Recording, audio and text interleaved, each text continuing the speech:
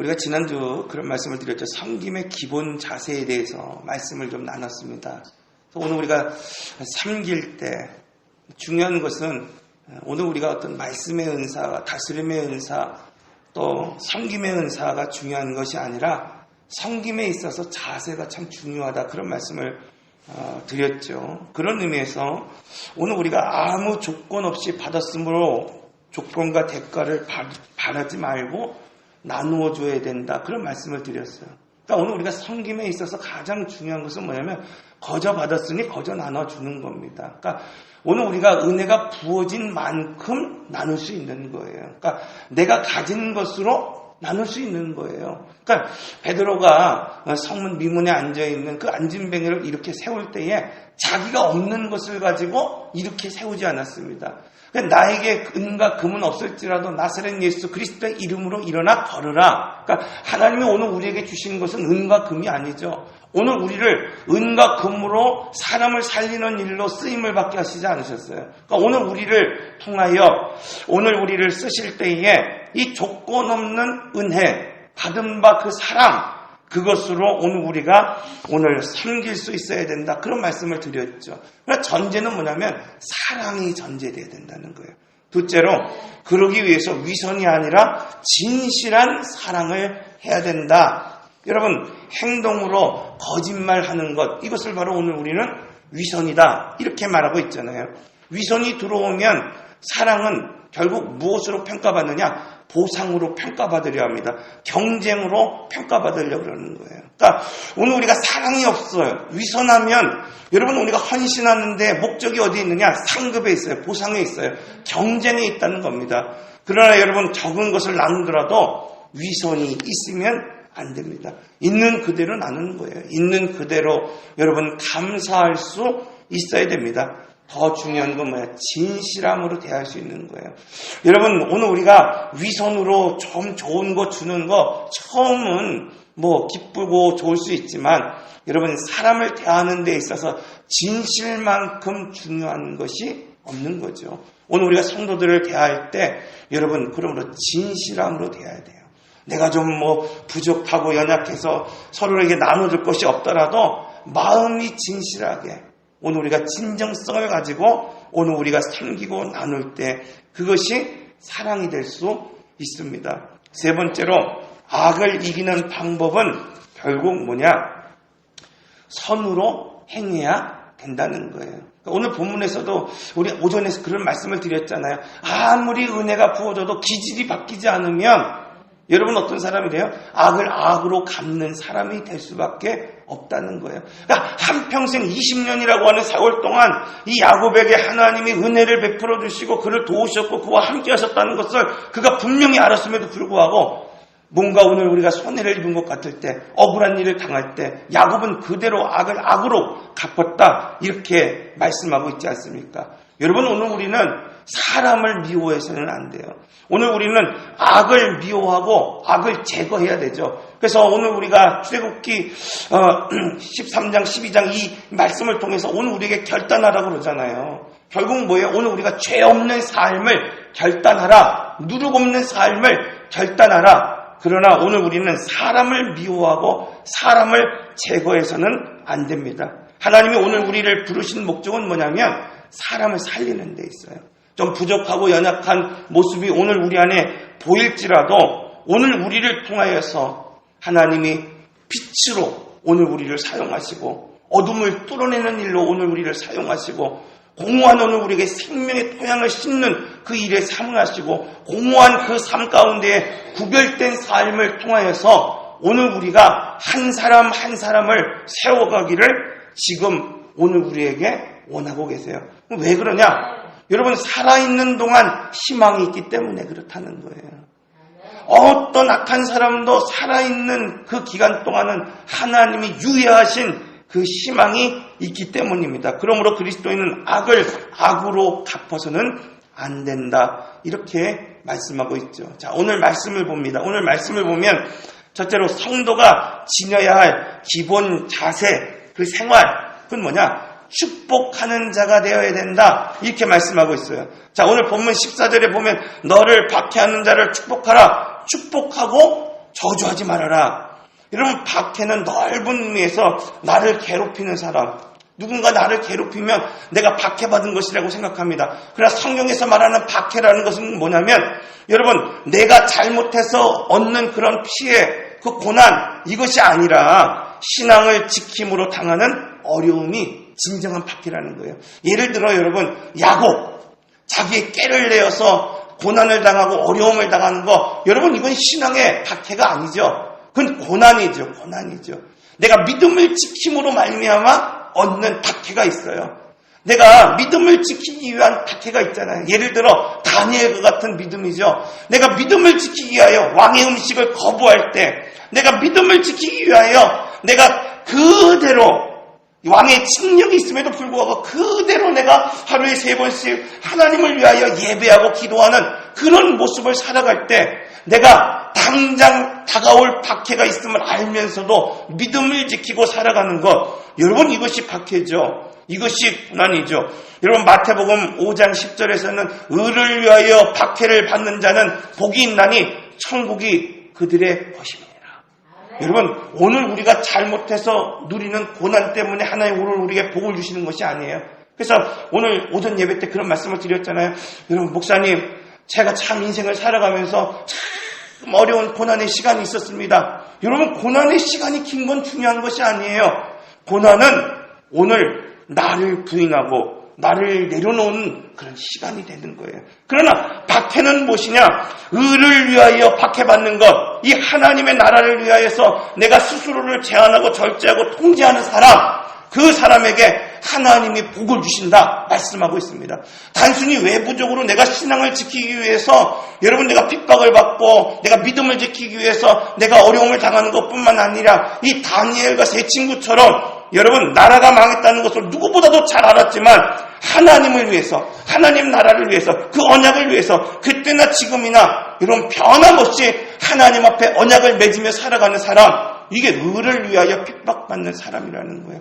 여러분, 형편이 좋을 때나 형편이 낮을 때나 어려움을 당할 때나 하나님, 여러분, 오늘 우리에게 복을 주실 때나 하나님이 흥황한 것 같고 나의 주님이신 것 같을 때나 나를 버리신 것 같을 때나, 여러분, 변하지 않고 내 머리를, 영리한 내 머리를 써서 선택해 나가는 것이 아니라 묵묵히 기도했던 이 다니엘과 세 친구처럼 여러분, 하나님을 위하여 살아갈 수 있는 사람, 이 사람에게 하나님은 복을 주신다고 말씀하고 있습니다.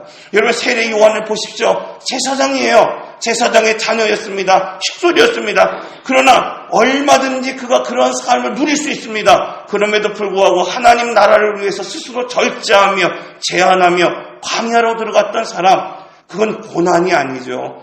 그것은 뭐예요? 여러분, 하나님을 위한 삶이에요. 하나님을 위한 삶. 여러분, 그러나 오늘날 많은 성도들이 의를 위하여 박해를 받는 것에 대하여 두려움을 느끼고 살아갑니다. 의를 위하여 스스로를 제한하는 삶을 여러분 두려워하며 살아가고 있습니다. 그런데 하나님은 오늘 우리로 하여금 박해받는 자는 오히려 축복하라, 이렇게 말씀하고 있어요. 오늘 우리가 박해를 받는 것뿐만 아니라 박해를 하는 그 사람들을 축복하라, 이렇게 말씀하고 있습니다. 그 대표적인 예가 누굽니까, 여러분? 스테반 집사예요. 사도행전 7장 59절에서 60절의 말씀을 보면, 그들이 돌로 스테반을 치니 스테반이 부르짖어 이르되 주 예수여 내 영혼을 받으시옵소서 하고 무릎을 꿇고 크게 불러 이르되 주여 이 죄를 그들에게 돌리지 마옵소서, 이 말을 하고 다니라. 어거스틴 이 초대 교부는 이렇게 말하고 있어요. 스테반의 이 기도가 바울을 잊게 했습니다.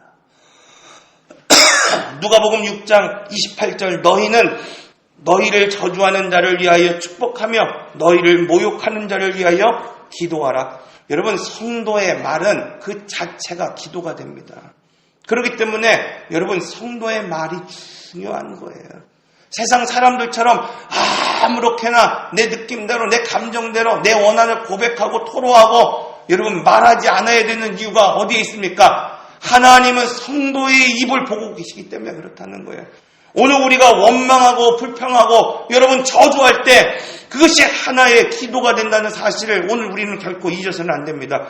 민수기 14장 28절의 말씀에 보면 그들에게 이르기를 여호와의 말씀에 내 삶을 두고 맹세하노라. 너희 말이 내 귀에 들린 대로 내가 너희에게 행하리니. 여러분, 이거예요. 하나님이 맹세하며 오늘 우리에게 말하고 있어요. 내 귀에 들린 대로 내가 너희에게 행하겠다는 거예요. 이스라엘 백성들이 가나안을 정탐할 때에 10명의 정탐꾼이 무엇이라 고백했습니까? 여러분, 언약을 믿지 않았어요. 언약을 바라보지 않았습니다. 그냥 느낌대로 감정대로 자기의 두려움을 원망하며 토설할 때 그것이 어떻게 됐습니까? 결국 그 대가를 치르게 됐다고 말씀하고 있잖아요. 여러분, 왜 오늘 우리가 말을 조심해야 됩니까? 왜 더 나아가 여러분 조심할 뿐만 아니라 좀 부족하고 연약해도 여러분 오늘 우리를 핍박하는 자라 할지라도 왜 그를 위하여 여러분 오늘 우리가 축복해야 됩니까? 성도의 말 그 자체에 복이 있기 때문에 그래요. 그러면 여러분 가까운 사이일수록 뭐 해야 되는 거예요? 함부로 말해서는 안 된단 말이에요. 함부로 말해. 언제 그런 말씀을 드렸잖아요. 오늘 교회 안에서 성도들 안에서도 여러분 친하다고 해서 야, 너 하지 말고 뭐라 그랬어요? 권사님, 집사님 이렇게 얘기하라 그랬잖아요. 여러분 왜 그렇습니까? 성도의 말 그 자체가 축복의 통로가 되기 때문에 그렇다는 거예요. 그러면 여러분 내 자녀를 위해서 예전에는 막 그런 말 했잖아요. 아이 망할 놈 막 그러잖아요. 여러분 그러면 안 된다는 거예요. 여러분 함부로 내 자녀에게 그런 말 하면 안 돼요. 함부로 누군가 그런 말 하면 안 됩니다. 왜? 그 말 자체가 오늘 우리에게는 힘이 있기 때문입니다. 둘째로 성도가 지내야 될 기본 자세는 뭐냐면 공감이에요. 공감. 로마서 12장 15절의 말씀을 보면 지금 이렇게 말씀하고 있잖아요. 즐거워하는 자들과 함께 즐거워하고 우는 자들과 함께 울라. 이 상담자가 지내야 할 필수 자세 경청과 공감입니다. 경청과 공감.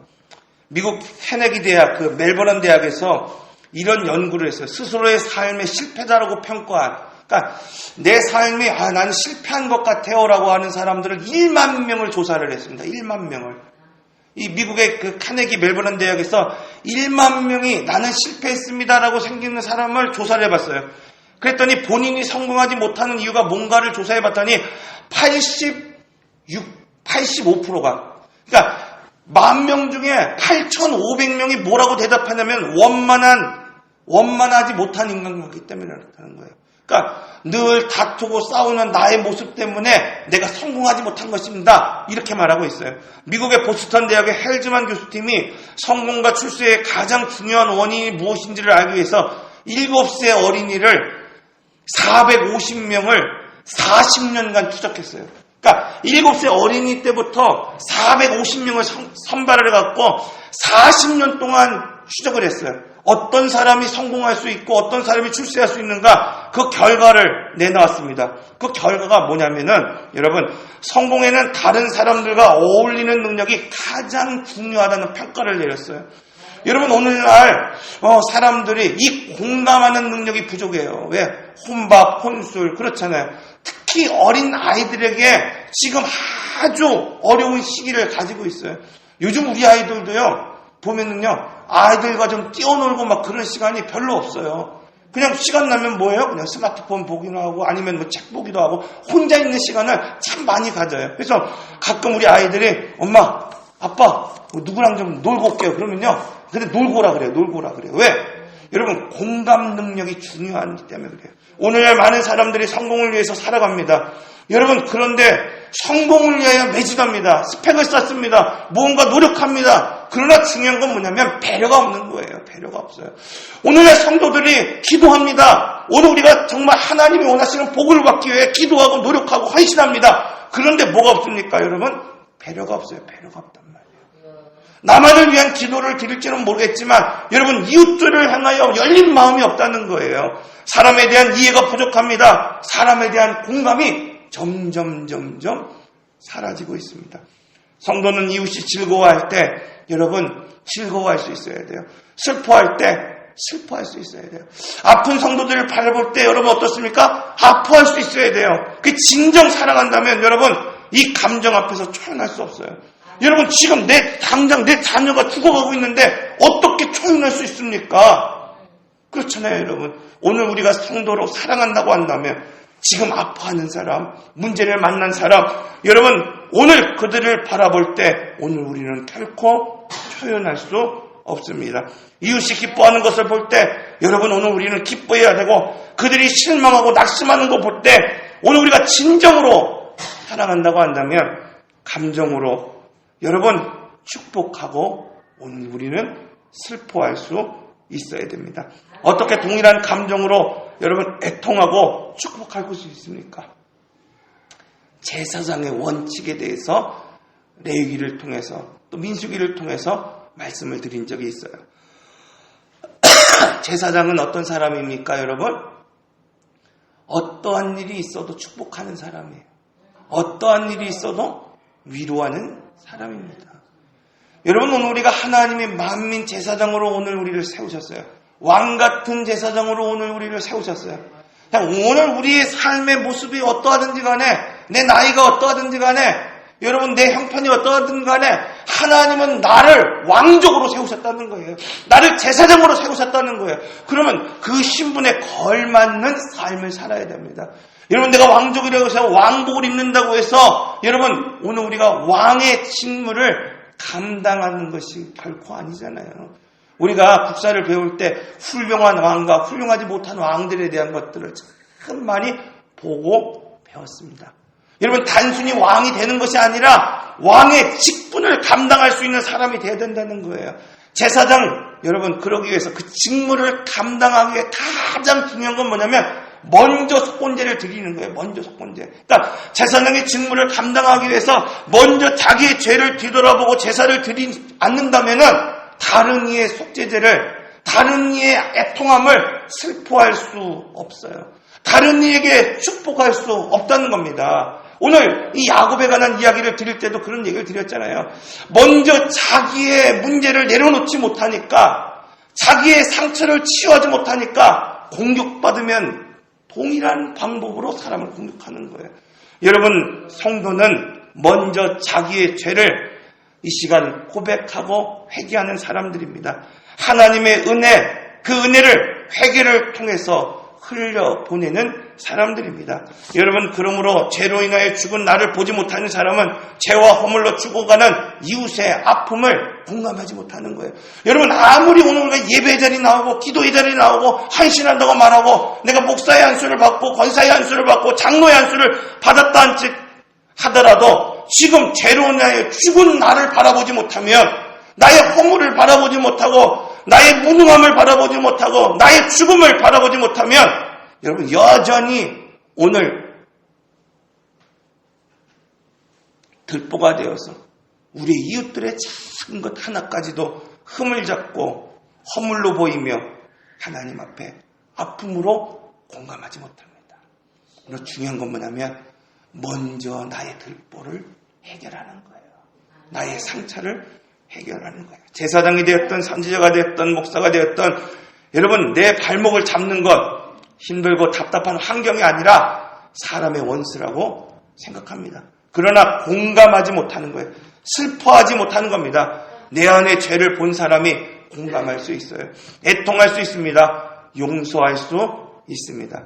사랑하는 성도 여러분, 오늘 이러한 애통의 기도가 천국을 살아가는 사람의 기도이고 이웃을 대하는 성도의 자세라고 말씀하고 있어요. 오늘 이 바울은 로마서를 통하여 오늘 우리가 핍박하는 그 사람들에게 그 사람마저도 축복할 수 있는 사람이 되어야 되고, 여러분 오늘 우리가 제사장과 같이 먼저 나의 죄와 허물을 발견하고 회개함으로 오늘 우리가 그들의 아픔과 상처를 공감할 수 있는 사람이 되어야 된다, 이렇게 말씀하고 있습니다. 오늘 이웃을 대하는 그 자세, 서로를 축복하십시다. 서로를 여러분 공감하며 같이 슬퍼하고 같이 기뻐하는 성도들이 되시기를 바랍니다. 기도하겠습니다. 인내하신 구세 주여, 내 말 들으사 죄인 하실 때에 나